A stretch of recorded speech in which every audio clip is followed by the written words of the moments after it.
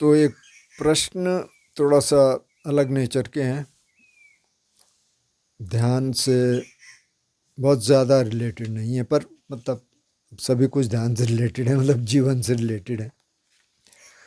तो ये कह रहे हैं साहब, मैं अरुण कुमार हूँ केरल से। तो पहले तो साहब आपको नमस्कार, नमस्कारम, क्योंकि केरल में हिंदी बहुत कम लोग बोलते हैं, अभी शायद बोलते होंगे, वैसे मैं 25-30 साल पहले की बात कर रहा हूँ। हाँ, कम से कम 25 साल पहले। खैर, केरल में फिर भी कुछ लोग थे जो हिंदी बोल रहे थे, पर तमिलनाडु में बहुत बहुत कम होते हैं। मेरे को वहाँ तो कोई नहीं मिला, लेकिन वैसे मेरे तमिल दोस्त हैं जो हिंदी बोलते हैं, यहाँ आते हैं, तो वो तो सीख गए। खैर, तो खैर, तो अरुण कुमार जी कह रहे हैं कि आत्मा होती है या नहीं होती, आत्मा ही जानती है। जब शरीर मर जाता है तब आत्मा रहती है। क्या आत्मा को शरीर चाहिए याद रखने के लिए?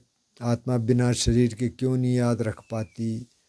कॉन्शियसनेस भी आत्मा के थ्रू काम करती है? लंबा कमेंट है। बेसिकली ये है कि आत्मा होती है कि नहीं, शरीर की ज़रूरत क्यों पड़ती है।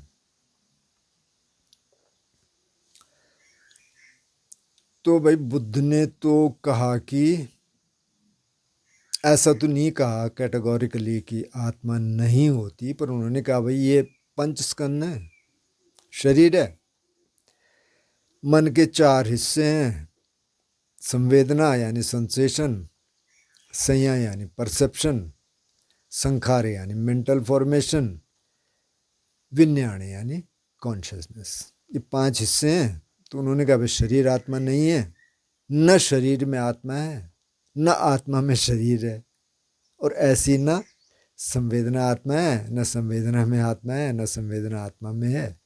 इसी तरह संज्ञा, इसी तरह संकार, इसी तरह विज्ञान। उन्होंने कहा ये न तो आत्मा है, न इनमें आत्मा है, न ये आत्मा में, तीनों तरह से।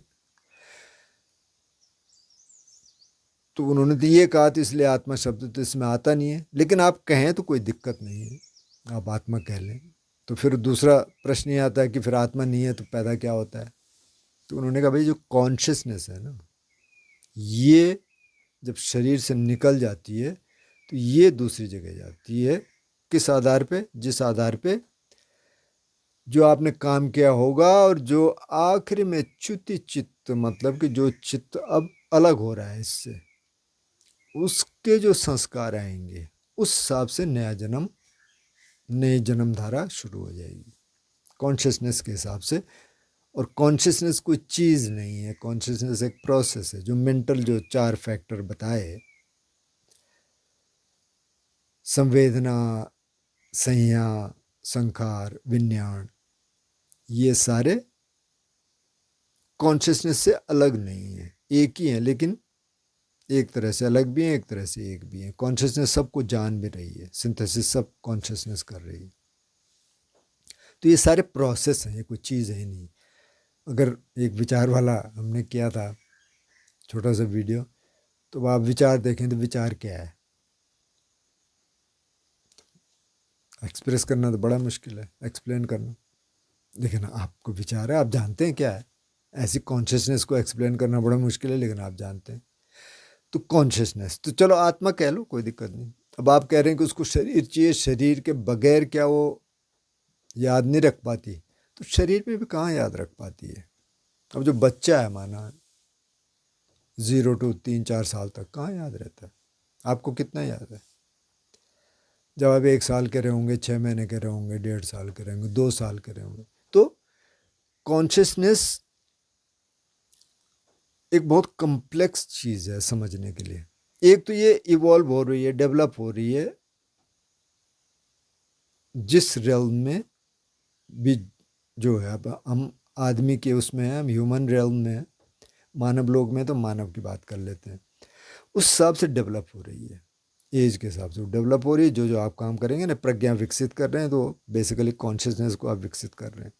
और एक आप संस्कार लेके आए पहले के, तो जिस संस्कार के हिसाब से आप पैदा हुए, जैसे लोग कहते हैं ना, अरे कहाँ पैदा हो गया मैं, ये तो मेरे माँ बाप, और इस तरह का कई कई लोग कोसते हैं। वो आपकी चॉइस थी भाई साहब, जहाँ आप पैदा हुए वो आपकी चॉइस थी। जिस वेवलेंथ पे आपकी कॉन्शियसनेस मरते समय रही होगी पिछले जन्म में, वही नए जन्म में जाएगी। और वो माँ बाप की भी चॉइस है, क्योंकि जिस तरह की वाइब्रेशंस उन्होंने अट्रैक्ट की होगी उस तरह की वाइब्रेशन अट्रैक्ट हुई होगी। तो अब आप पैदा हो गए, अब ये डेवलप एक तरह से डेवलप हो रही है, और एक जो पुराना बैगेज है वो भी चल रहा है साथ, वो उसको एक्सेस कर रहा है। वो कहीं स्टोर नहीं है, कोई हार्ड डिस्क तो है ही नहीं है, तो प्रोसेस है। लेकिन वो यूनिवर्सल कॉन्शियसनेस से कह लीजिए, कैसे भी कह लीजिए, जो भी आप समझना चाहें, वहाँ से वो एक्सेस हो रहा है, तो उसको भी एक्सेस कर रहा है। और यहाँ ये डेवलपमेंट आप कर रहे हैं। तो अब ऐसा नहीं है जैसे कुछ कहते हैं कि पहले से सब तय है और कुछ नहीं है, आप कुछ कर नहीं सकते। नहीं भाई, तब तो ख़त्म ही हो जाती कहानी, आप बैठे रहते। अब क्यों करना है कंपटीशन की तैयारी और इसकी तैयारी उसकी तैयारी, कोई ज़रूरत ही नहीं है। बैठे रहो, अपने आप हो जाएगा जो होना। ऐसा नहीं है, फ्री विल है। आप चेंज कर सकते हैं, जो पुराना बैगेज है उसको आप चेंज कर सकते हैं, नया बना सकते हैं, नया आप डेवलप कर सकते हैं। तो इसलिए इस मानव लोक की, ये मानव जीवन की बहुत महत्ता बताई गई, क्योंकि आप कर सकते हैं। यहाँ दुख भी है, सुख भी है। ऊपर के लोकों में जाएंगे, देवलोकों में, तो वहाँ सुख ही सुख है। तो इसलिए वहाँ थोड़ा आदमी डल हो जाता है कि चलो क्या करना है, तो कर सकते हैं। तो आत्मा शब्द का आप इस्तेमाल करना चाहते हैं, आप कर लीजिए, कोई दिक्कत नहीं है। अब आप कह रहे हैं कि बिना, जब ये आत्मा निकल जाएगी शरीर से तो मेमोरी कहाँ रहती है, तो मैंने कहा कि बचपन की भी मेमोरी नहीं रहती, तो पिछला जन्म तो बहुत दूर की बात हो गई। लेकिन वो मेमोरीज़ आ सकती हैं, ध्यान से आ सकती हैं। वो मेमोरीज़ आपको ड्रीम में आ सकते हैं, कहीं और आ सकते हैं, लेकिन उनकी ज़रूरत नहीं है। ज़रूरत ये है कि अभी आप क्या कर रहे हैं। अभी आप इस कॉन्शियसनेस को डेवलप करने के लिए, अपने विकारों को कम करने के लिए क्या कर रहे हैं, बस सारी कहानी वो है। फिर भी बताना और कोई फर्दर क्वेश्चन हो तो। अच्छा, किसी और ने कहा कि प्योर लैंड धम्मा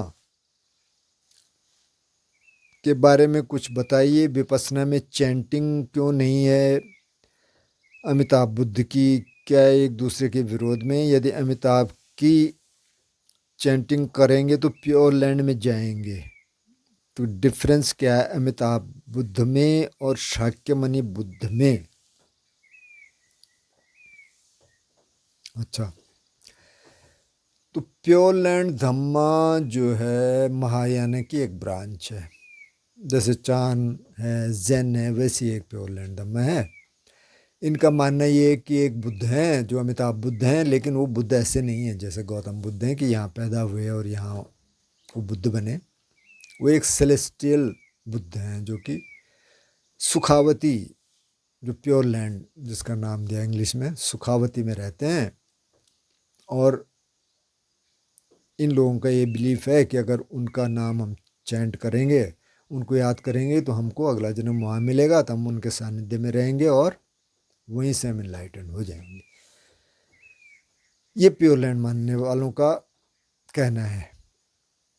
अब इसको थेरावादा पर्सपेक्टिव से देखें या आरंभिक शिक्षाओं के पर्सपेक्टिव से देखें तो ऐसा कुछ नहीं है। तो ये आया कहाँ से? तो देखिए, जो थेरावादा पर्सपेक्टिव है वो ये कहते हैं कि जो अनागामी, यानी जो तीसरी स्टेज है इनलाइटनमेंट की, एक तो सोतापन हो गया, स्ट्रीम एंट्री, और सकदागामी मतलब वंस रिटर्नर, अनागामी मतलब नॉन रिटर्नर। वो यहाँ पैदा नहीं होगा, बल्कि वो होगा शुद्धोवासा। जैसे यहाँ सुखावती है, वहाँ वैसे शुद्धोवासा है। शुद्धोवासा भी एक नहीं है, 5 है। पर चलो आप समझिए कि वो वहाँ पैदा होगा और वहीं से वो अनंत हो जाएगा। लेकिन कौन होगा जो उस स्टेज पे पहुँच गया, तीसरी स्टेज पे? अब यहाँ तो ये है कि कोई भी करेगा और वो वहाँ पहुँच जाएगा, ये इनका बिलीफ है। अब जैसे मतलब जो वैदिक ट्रेडिशन है उसमें बहुत बिलीफ है कि आप ये चैंटिंग कर लो, वो चैंटिंग कर लो, ये हो जाएगा, वो हो जाएगा। तो वैसे ये भी है। लेकिन अमिताभ बुद्ध ये आप कह सकते हैं कि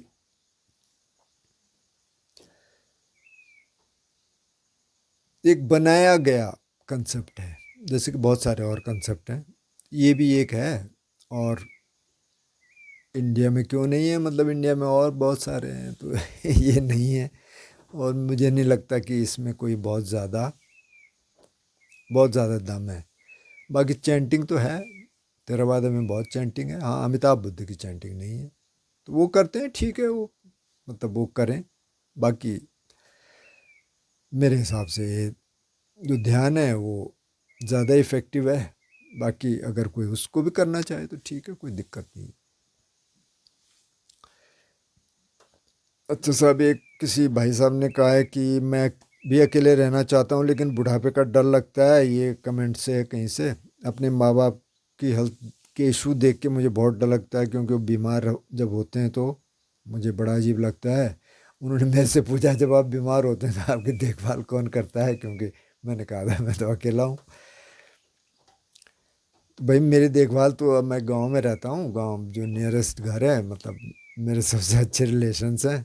तो ऐसा हुआ, वैसे 5-6 साल से तो मेरे को कुछ हुआ नहीं, पर जैसे कभी फीवर हो गया, कुछ बुखार हो गया, तो मैं उनको बोलता हूँ भाई मेरे को बुखार हो गया, तो मेरे खिचड़ी बना के भेज देते हैं। और भी कुछ करना होगा तो कर लेंगे। मतलब ये गांव बहुत अच्छा है, सब लोगों के रिलेशंस बहुत अच्छे हैं। हालांकि बहुत कम लोग हैं गांव में, लेकिन बहुत अच्छे हैं। मेरा तो ऐसे चल जाता है।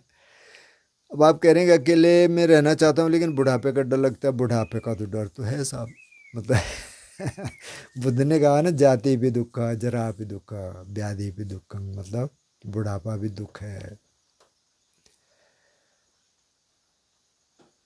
जो ओल्ड एज है वो भी दुख है, मतलब बुढ़ापा वही हो गया। लेकिन व्याधि मतलब कि बीमारी भी दुख है, तो ये तो है। लेकिन अब या तो आप चिंता करके चिंतित रहिए कि अरे यार क्या होगा क्या होगा, या आप ये कहिए कि भाई अभी क्या है, अभी ठीक है ना, तो बुढ़ापा आएगा देख लेंगे। अब आप बुढ़ापे को बहुत सिक्योर करके भी चलें कि आप बच्चे भी हों ये भी हों, कौन जानता है कि बच्चे आपकी देखभाल करेंगे। ज़रूरी नहीं है, बहुत केसेस में तो नहीं होता। यहाँ तो बहुत सारे लोग हैं बूढ़े जिनके बच्चे हैं, ठीक ठाक हैं, अच्छी पोजीशंस पे हैं। अब उनके भी अपने अपनी दिक्कतें होंगी, अपनी प्रॉब्लम्स होंगी, नहीं कर पाते अकेले। कोई अकेली बुढ़िया है, कोई अकेला बुढ़ा है, कोई नहीं है। गांव वाले थोड़ा बहुत देखभाल कर लेते हैं, बहुत सारे हैं ऐसे। यहाँ बहुत है उत्तराखंड में, और जगह भी होंगी। तो वो तो है। तो अभी आप कर लोगे, अभी क्या करना है। इसलिए बुद्ध ने कहा कि जब तक बाल काले हैं ना तब तक ध्यान शुरू कर दे। बाद में नहीं होगा। तो वो तो है भाई, पर उसकी चिंता क्यों करनी ज़्यादा। आप अभी में जो कर्म कर सकते हैं वो आप करिए, बाद में देखा जाएगा जो होगा। अब अच्छा करेंगे तो अच्छा होगा, क्या पता ऐसे लोग मिल जाएं आपको जो आपकी देखभाल कर लें, तो वो रखिए। अच्छा, ये एक ने कहा है जो कि थोड़ा थोड़ा हमने एक और वीडियो में कवर किया था, कि इंसान शादी क्यों करता है, क्या सिर्फ वासना पूर्ति के लिए। अगर शादी से वासना पूर्ति न हो तो कोई शादी करेगा भी। मुझे लगता है इंसान की ज़िंदगी में सारे दुख शादी की वजह से आते हैं। पता नहीं। आपको, या तो आपने देखा होगा आपके आसपास, एक क्या पता आपका अनुभव है। वो कहते हैं ना कि दूध का जला छाछ भी फूक फूक के पीता है। तो ऐसे कुछ हो तो पता नहीं। देखिए, अब सारे दुख तो नहीं आते शादी से, ये कहना तो थोड़ा अतिशयोक्ति हो जाएगी। और शायद ये भी कहना गलत है कि सिर्फ वासना पूर्ति के लिए शादी होती है। मतलब ये बड़ा फैक्टर हो सकता है, लेकिन ऐसा नहीं है। अब आजकल तो 75 साल 80 साल के वो भी साथ में रहते हैं, मतलब शादी नहीं करते लेकिन साथ में रहते हैं। यूरोप में तो ऐसे बहुत कपल मिल जाएंगे आपको। तो उनमें तो ये वासना तो है नहीं। अब मतलब एक एज के बाद तो ख़त्म हो जाती है। तो वो एक कंपेनियनशिप भी है, आप किसी से शेयर कर सकते हैं। कोई लगता है कि आपके साथ और है, कभी कोई आप बीमार हो जाएं, जैसे इससे पहले वाले में वो कह रहे थे कि बुढ़ापे का डर लगता है। अब 2-3 लोग होंगे तो थोड़ा आसान हो जाता है, सहारा हो जाता है। भले ही दूसरे भी बुजुर्ग है तो कोई दिक्कत नहीं है। तो ऐसा तो नहीं है, लेकिन जो काम वासना है वो एक बड़ा फैक्टर है। और ऐसा नहीं है कि सिर्फ उसी के लिए लोग इकट्ठे होते हैं। हाँ, इस जवानी में मान सकते हैं इस बात को, लेकिन एक कंपेनियनशिप भी है, एक दोस्ती है, उसके लिए भी हो सकते हैं। हालांकि दोस्ती में ज़रूरी नहीं है कि वासना हो ही हो, उसके बगैर भी हो सकती है। तो देखिए, अगर तो अकेला रह सकते हैं तो बहुत अच्छा है। बुद्ध ने कहा अगर अकेला रह सकते हो तो भिक्षु भिक्षुणी बन जाओ, या वैसे भी रह सकते हैं, ब्रह्मचारी परंपरा है। लेकिन अगर नहीं रह सकते तो फिर बेस्ट ये है कि आप साधना में हैं, आपका बॉयफ्रेंड या गर्लफ्रेंड या पत्नी या पति जो भी हैं वो भी साधना में, दोनों साधना कर रहे हैं, दोनों को समझ है कि हम क्या कर रहे हैं, ये जीवन काहे के लिए। ठीक है, रोटी कपड़ा मकान तो सब कुछ चाहिए, लेकिन उसके अलावा क्या कर रहे हैं।